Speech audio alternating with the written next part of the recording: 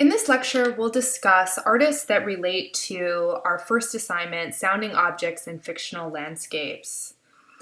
So before the video lecture, we would have discussed the assignment in more detail, but just to go over the assignment for those who could not attend the class meeting, essentially what you're being asked to do is produce a 3-minute sound work using recorded and amplified sounds of objects. And using those sounds, you'll create in your mind a new imaginary soundscape.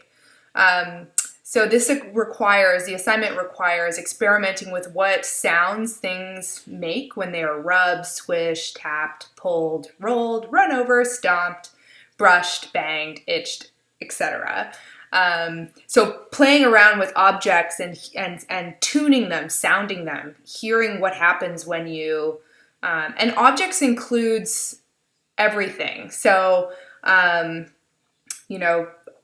architecture, food, cups, scissors, anything that is in your surrounding environment, start to hear what happens when you start to play around with its sound. So that's one component. The second component is listening to sounds in your surrounding environment. So machines, cars, people talking, music in the background, you shuffling around through space, brushing your hair. So just these everyday sounds. And you'll take these everyday sounds, and then in Adobe Audition, you'll create a new imaginary soundscape. And what I mean by imaginary is to think about what kind of feeling you're trying to create. What kind of landscape is in your mind? Are you underwater in some sort of futuristic, aqueous new universe after the world ends? Or are you thinking about creating a serene environment where one can kind of meditate and think about different sounds of household objects? The important thing to keep in mind when you're creating this soundscape is not to make music. So in the first week, we talked about the differences between music and sound. And though the categories are slippery, what you don't want to do is create some sort of a kind of composed, harmonious musical composition. This assignment and this course is inciting you to think about what sound is and how do you make sound in unconventional ways. For example, how do you create a sound from a cup, like tapping the cup, brushing the cup. This is just an example. But it's a sound that I would not, when I hear it, I wouldn't even imagine that it came from a cup. So and then also allowing sounds to be what they are. And we'll look at some artists that are doing that today. So machines, cars, but perhaps take those sounds and put them in an entirely different context. So really thinking about how do you deconstruct your everyday environment, the soundscape of your everyday environment to create something new. So the important purpose of the assignment is to understand how recorded sound removed from its original context, so we're not visually able to see where you derived your sounds from. So you're removing them from their visual context. How does that transform our understanding of their original meaning or interpretation? And then also, how can you create a whole soundscape? So in our first lecture, we talked about John Cage's imaginary landscape. And what, and if you don't remember that piece, perhaps go back to that work, listen to it again, and think about what images come to mind. How do you take the sound into your body? So that's kind of what we're doing for this assignment. In addition to your sound work that you will submit through SoundCloud, you'll submit a link, and we'll talk about that, or I would have talked about that in class, where to do that. You'll submit a 100 to 200 word statement or synopsis. So this describes what you were thinking about when you created this work. Maybe you list the sounds that you're using to create your piece, what kind of manipulations or effects you added in Adobe Audition, and why, and what the aim of the piece is. Remember when you write a statement or synopsis, to talk about what the work is. So describe what the work is and not what you imagine it or hope it will be. So really look at, what have I done and how do I describe this and then what does it mean versus, this piece is going to, do this, this, and this. Think about what it actually is doing. Some questions that you might, and I will go over these questions in class, but some questions that you might think about when you make the work or to incite you or inspire you when you start making the work, is what is your theme or concept for this piece? So for example, what kind of landscape do you want to create? You might start there. You also might just want to start recording sounds, start playing around with objects and architecture and listen to your environment and what sounds do things make. Compile all of those sounds, on your external hard drive in a folder, and then listen to them. And, after 1.5 weeks of compiling them, and think about what does this incite? What does this, what image comes to mind when I am listening to all of these sounds? And then maybe once you do that, you'll be able to then think about what landscape might this be, but also how can you elaborate on some of the sounds? If a lot of sounds you're recording, you notice that you have an affinity towards squishy sounds, then, what kind of landscape could you think about from those sounds? And then maybe you want to elaborate more on that or juxtapose those squishy sounds with a lot of kind of hard, short, tapping sounds, for example, and create a kind of stark juxtaposition. So as fourth years, you're really able to experiment, think about ideas that you care about in your other work that you've made, and how do you integrate that into this piece. Okay, great. So let's begin and talk about, like in the last lecture, I juxtapose artists who are working in the 60s and 70s with then contemporary artists from the 90s and present.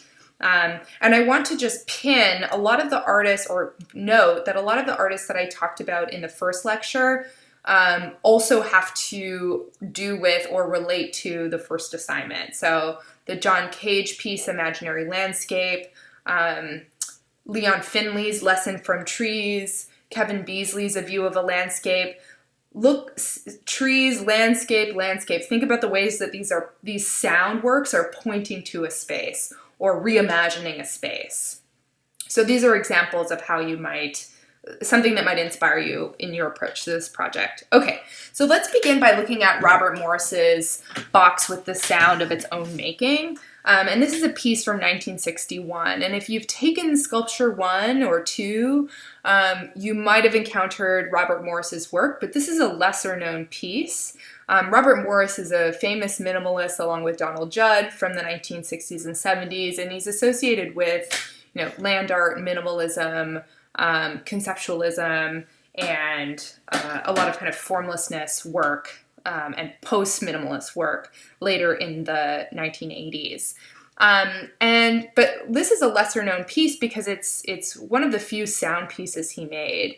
But he actually showed it to, maybe I'll talk about it first. So essentially this piece, and I'm going to play a video of the piece playing, but this is a box, and then within it is a speaker that is playing the sound of Robert Morris making the box. So you can see the ways that this connects directly to minimalism and the truth to a material.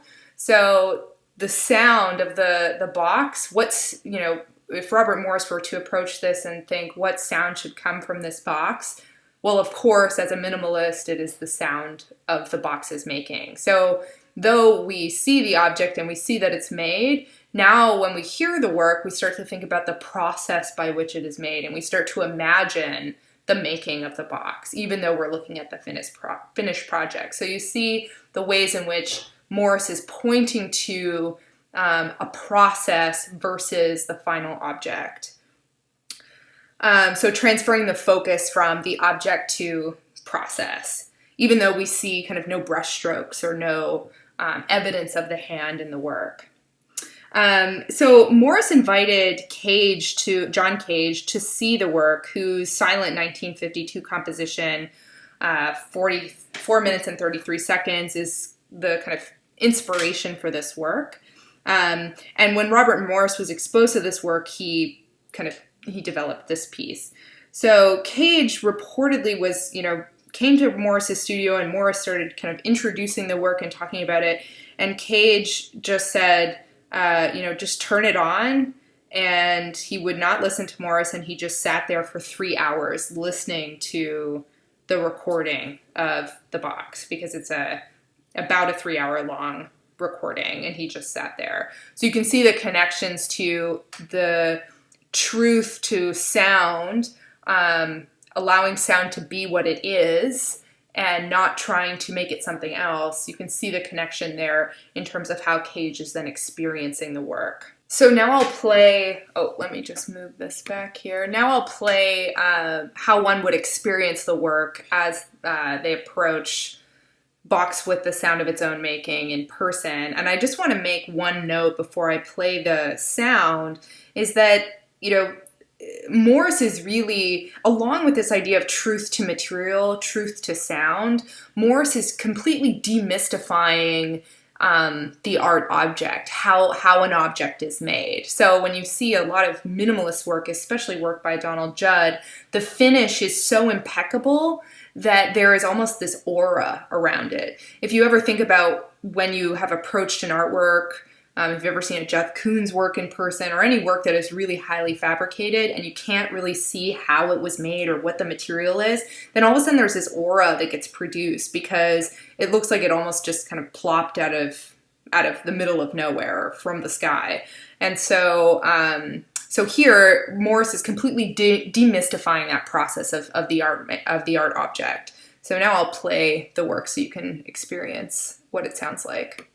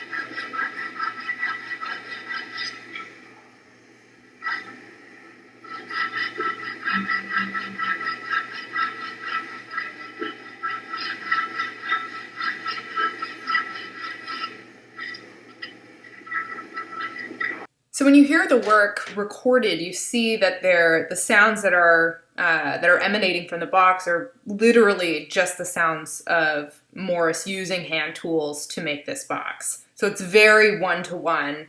It is what it is, very similar to how John Cage approaches sound. So the next artist we'll look at is another kind of famous artist from the 1970s, was friends with John Cage, and really he was an American kind of classical composer in the early 70s, and then decided to leave musical composition. He would perform in concert halls as a composer, and left that to then create what he called sound installation or sound sculptures. So he was one of the early artists to incorporate sound into an installation or some sort of sculptural installation environment. And this is a famous work called Times Square, and it was installed in Times Square. It began in 1973. And before I talk about the work, I just want to note that that Newhouse really thought about how sound not even transformed, but responded to a space. So he installed soundworks in stairwells, subway stations, elevators, and normally the sounds, they weren't obtrusive. They were just subtle, but subtly transformative. So he wanted viewers to walk by the work, and then 50% would walk by and the other 50% would kind of notice that there was something off. There was something different about this space. And it was not just about, and normally the sounds that he would use are kind of these lush drones or phased clicks or very kind of slightly inaudible mechanized sounds or machine sounds. Really kind of just these really kind of banal sounds. In one interview, he noted that the sounds are in these installations are not recordable. They don't do well when they're recorded in after the fact, but really you have to experience them in a site. And this actually connects to our final assignment, which will be a kind of sound installation. So you can start kind of thinking about that moving kind of through the course. So Newhouse said that these sounds were unrecordable, but most importantly, rather, they exist in a specific context and they grow from that context. So the sound is always responsive to a site and deeply connected to the specificity of that site.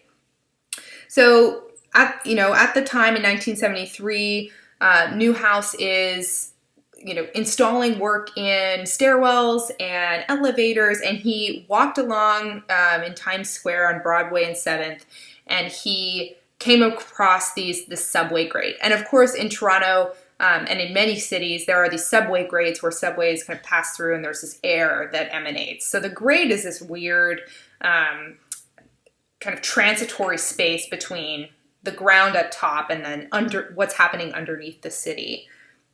So he knew he wanted to install something in this space. And it was this kind of cavernous, narrow chamber. And he was interested in installing something that really kind of resonated within that space and responded to what that space might sound like if it was pushed in a certain direction.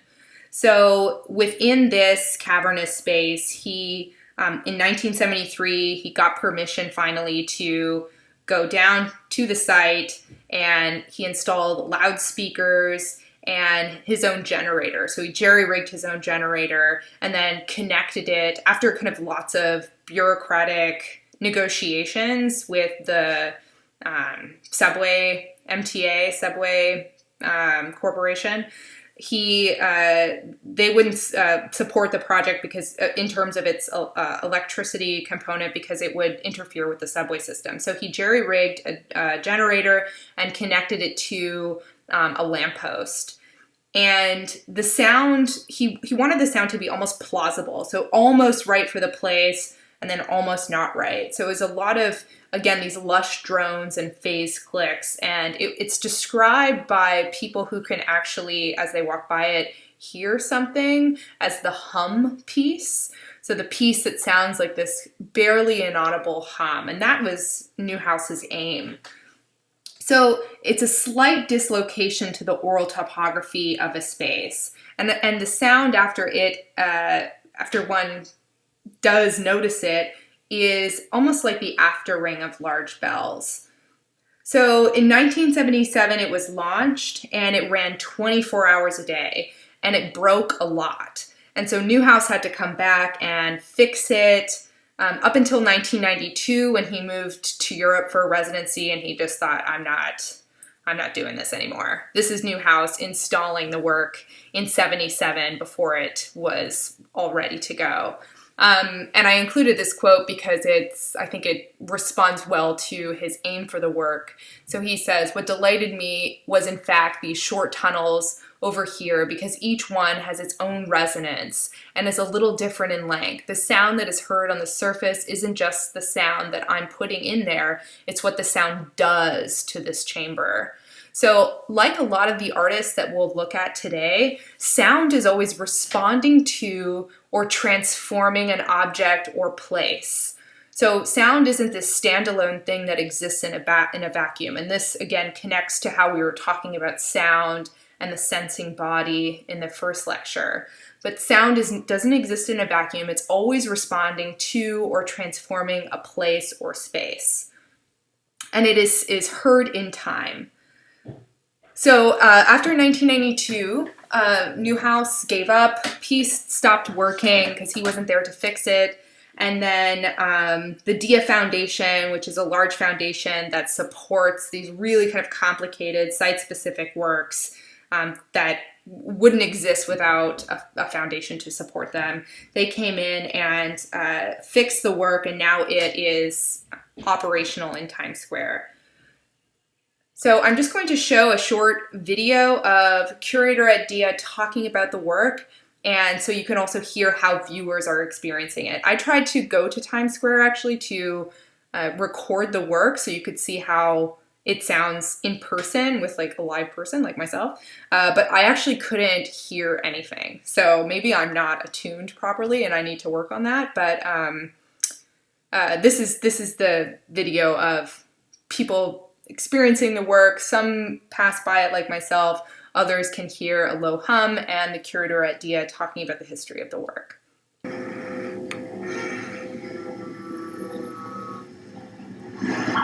So you're sitting in the middle of Times Square. Yeah. What do you hear? No different languages. El metro, oigo. A lot of noise.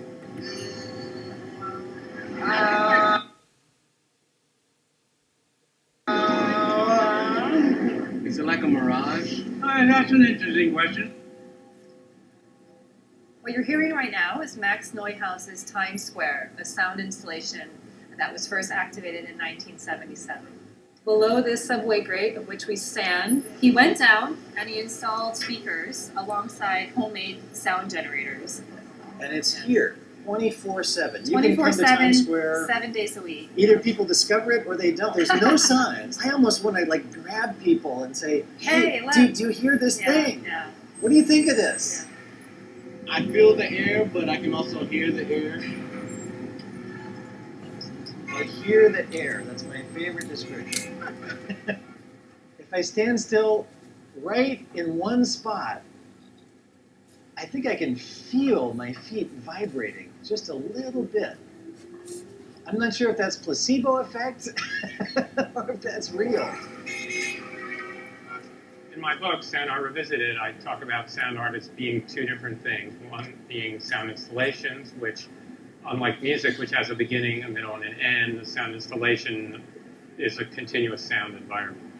And then sound sculpture, which, unlike musical instruments, is an object that's made to be a sculpture, but also has a sound producing component. Herald Square subway station has an installation called Reach. You don't just stand and listen. You can be a part of it. You can affect it.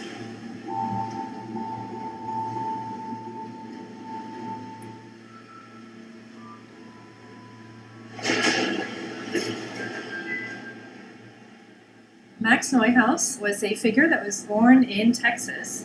In his late 20s, he was studying at the Manhattan School of Music, and at that time he met composers such as John Cage and Morton Feldman. And then soon after that, he actually began touring with European innovators such as Boulez and Stockhausen. But then, in 1968, he decided he wanted to leave performing as a musician altogether, really because of this imagined pursuit of what the visual arts might provide him in terms of freedom as an artist. You and I are standing in the middle Yes. of Times Square. Yes, here we are. In New York City, Yes. on this little pedestrian triangle. And Max Neuhaus's signature work Signature work. is right here. It is. Where is it, you ask?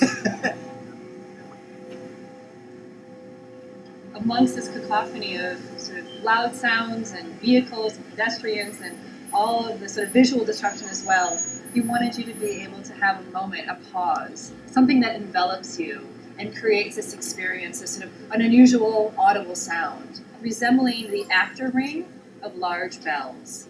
And for me, it's like a little bit of the comfort and security of the womb, almost, in the middle of this tremendously insecure, uncomfortable place. Yeah. I love it. I think that's really the goal of the Times Square piece, is this kind of centering. That's why it's a drone embedded in the ground 24/7. But it is also about the greater sounds that surround it and that envelop it as well. It's about the sounds from the great Yes. and the greater sounds from around us. Exactly. Yeah. Just take 5 seconds, just take it in, and tell me what you hear. I hear horns, I hear people, I hear chatter, I hear tolls, Ah, bell tolls. Does anybody else hear it besides me? Just I saying. hear it. Is I it- hear it. Are you a hypnotist or something? Are we I'm really hypnotized.